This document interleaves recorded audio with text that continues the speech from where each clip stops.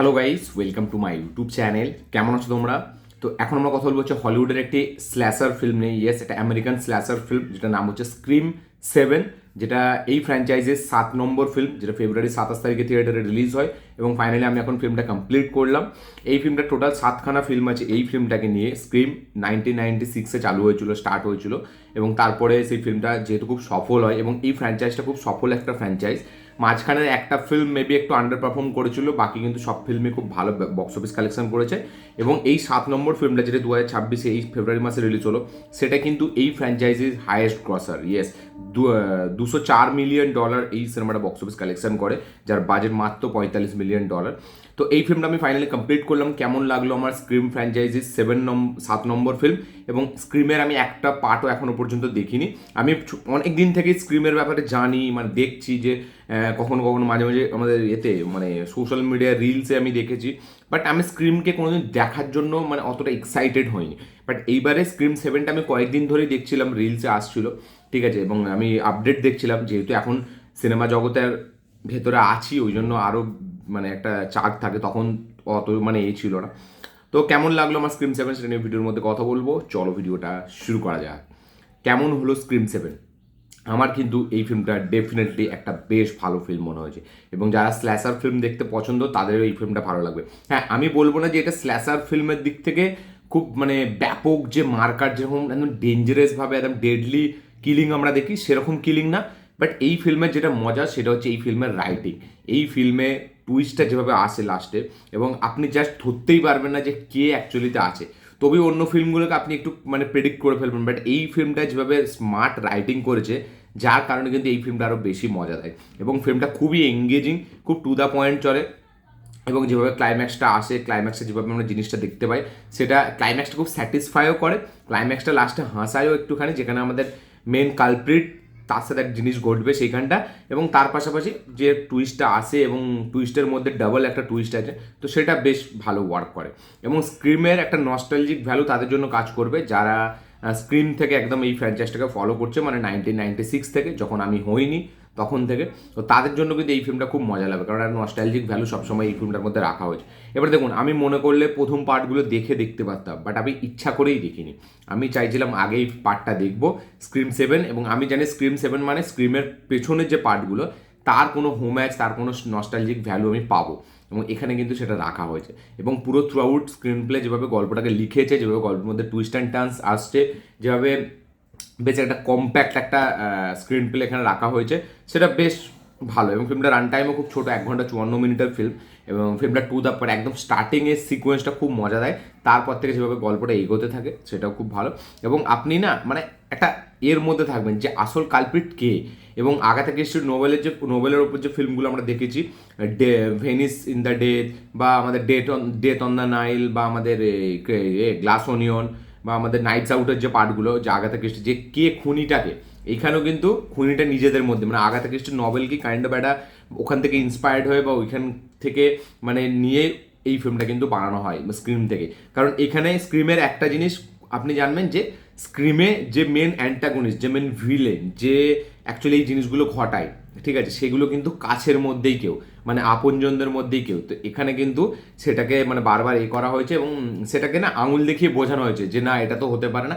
এবং এইটা না কাইন্ড অফ একটা ট্রিবিউট এবার যে স্ক্রিম ফ্র্যাঞ্চাইজি, ঠিক আছে, কারণ এটা মানে 1996-এর যে স্ক্রিমটা ছিল, তাকে কাইন্ড অফ একটা এখানে হোমাজ দিয়ে ওখানে ওখানে একটা কি বলবো, একটা রিপ্রেজেন্ট টাইপ অফ একটা জিনিস এখানে রেখেছে। তো যেটা খুব ভালো লাগে, যেটার জন্য আপনার প্রথম পার্টগুলো দেখার মানে আপনি বলুন না, মানে একটা ফ্র্যাঞ্চাইজি যেখানে ক্যারেক্টার্সরা নিজেরা বলছে যে ওইখানে তো এইভাবে মেরেছিল, এখানে সেই বাড়িটা যেখানে এদেরকে প্রথম মেরেছিল, এখানে এইভাবে করেছিল, এখানে একে দেখা গিয়েছিল। তো মানে আপনি যদিও না জানেন এই ফ্র্যাঞ্চাইজির ব্যাপারটা, আপনাকে বলে দেবে, এবং সেটা কিন্তু দারুণ মজা দেয়। যেখানে আমরা প্রথমের সিকোয়েন্সটাই দেখতে পাই, যে বাড়িতে ওই অনেকজন মানে মার্ডার হয়েছিল, তাদের যে এটা মানে এ করে আঁকা আছে, ওই যেরকম ফরেন্সিক টিমেরা যেভাবে মানে এঁকে রাখে পুরো মানুষটা, যেটা সেভাবে যেরকম পড়ে আছে।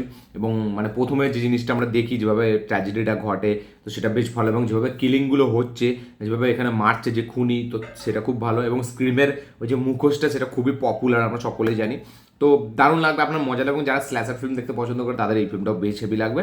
এবং মানে কি বলবো, স্ল্যাশার ফিল্ম অ্যাকচুয়ালি ইন্সপায়ার্ড হয়েছিল হ্যালোউইন থেকে, সেখান থেকে স্ল্যাশার ফিল্মটা অ্যাকচুয়ালিতে বেশি পপুলার হয় এবং তারপরে ফ্রাইডে দ্য 13, তারপরে এই স্ক্রিম, তারপরে আরও last I know what you last did summer, এই যে ফিল্মগুলো আছে, আমি অনেক স্ল্যাশার ফিল্ম দেখেছি এবং স্ল্যাশার ফিল্ম দেখতে খুব মজা লাগে। কোনো স্টোরি বাগেরা কিছু সেখানে ফোকাস হয় না, শুধু যে কীভাবে মারছে সেটা। এখানে মানে স্ল্যাশার বলতে যেমন রং টার্ন যদি সিরিজ আপনারা দেখেন, এখানে এই ফিল্মটায় যে কিলিংগুলো সেগুলো অতটা ডেঞ্জারাস মনে হয় না, বাট ডেফিনেটলি কিছু কিছু শর্ট হেভি লাগে। বাট এই ফিল্মটা যেটা সবথেকে ভালো লাগে সেটা রাইটিং এবং এই হু ডানি, এই যে ব্যাপারটা, ঠিক আছে, এটা খুব সুন্দর যে কে করেছে এবং সে কিন্তু নিজেদের মধ্যেই আছে নাকি এবারে কেউ বাইরের কেউ, তো সেটা দারুণ মজা দেয়। তো ওভারঅল সব কিছু মিলিয়ে আমার তো বেশ ভালো একটা এক্সপিরিয়েন্স আমি পেলাম এবং স্ল্যাশার ফিল্মের মধ্যে আমার মনে হয় এই ফিল্মটা আমার সবথেকে বেশি ভালো লেগেছে। আমি এতদিন যত স্ল্যাশার ফিল্ম দেখেছি, ফাইনাল ডেস্টিনেশনও আমার বেশ ভালো লাগতো প্রথমে যখন ছোটোবেলায় দেখতাম, বাট যদি অ্যাজ এ মানে কী বলছিলাম, ফাইনাল ডেস্টিনেশন তো একটা অন্যরকম ট্রিটমেন্ট, এইখানে যে ট্রিটমেন্ট হচ্ছে কিলারটা কি, ফাইনাল ডেস্টিনেশন তো কেউ কিলার নেই, ঠিক আছে, সেখানে মানে যেটা ভাবছে, যেখানে সাবধান করছে সেই সাবধানটা না মানলে সেখানে মানে অ্যাকচুয়ালিতে সেটা মৃত্যু তার দিকে আসছে, বাট এখানে তো একটা হিউম্যান বিং আছে, তো সেটা কে করছে, তো এটা আমার মনে হয় খুব বেটার হয়েছে আমার, এবং এই ফিল্মটায় আমার সব থেকে মনে হচ্ছে বেশি ভালো লাগছে। আরেকটা যে আমি আরেকটা ফ্র্যাঞ্চাইজ আপনাদেরকে রেকমেন্ড করবো, নাইটমেয়ার অফ এলম স্ট্রিট, যাতে আমাদের স্যাডি সিং আছে, ওই ফিল্ম না, স্যাডি সিং তো ফিয়ার স্ট্রিটে আছে,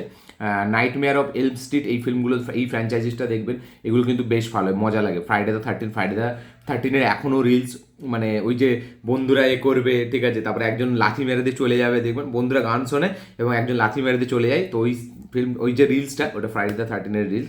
তারপরে আছে ফ্রাইডে দ্য 13 আর আমাদের নাইটমেয়ার অফ এলম স্ট্রিট, ফ্রাইডে ভার্সেস আমাদের আরেকটা কী আছে, ঠিক আছে, তো এই ফিল্মগুলো আপনারা চাইলে চেক আউট করুন, স্ল্যাশার ফিল্মের মধ্যে বেশ ভালো। ফিয়ার স্ট্রিট আমি অনেক আগে দেখেছিলাম, যখন নেটফ্লিক্সে আবার করা হলো, তখন স্যাডি সিংকে আমি প্রথম দেখলাম, তখন স্যাডি সিংকে আমি জানতাম না, তো ফিয়ার স্ট্রিটে স্যাডি সিং আছে, আপনারা চাইলে দেখতে পারেন, যারা স্যাডি সিংকের লাভার মানে ফ্যান্স, ঠিক আছে, তো দাদা, তো এই ফিল্মটা আপনারা দেখুন, আপনাদের ডেফিনেটলি মজা দেবে। স্ক্রিম সিরিজকে আমি পুরো প্রথম থেকে আবার দেখবো, মানে আমি এখনও দেখিনি এবং প্রত্যেকটা ফিল্মের রিভিউ আমি আনবো, ঠিক আছে, যারা দেখে নিয়েছেন তারাও দেখবেন কীরকম লাগে আপনাদের, কি আমার সাথে আপনারা কতটা কি একমত অবশ্যই শেয়ার করবেন, যারা দেখেনি আমার মতো তারা দেখে নেবেন এবং দেখে আসলে তাহলে আমি যখন বলবো আরও বেটার লাগবে।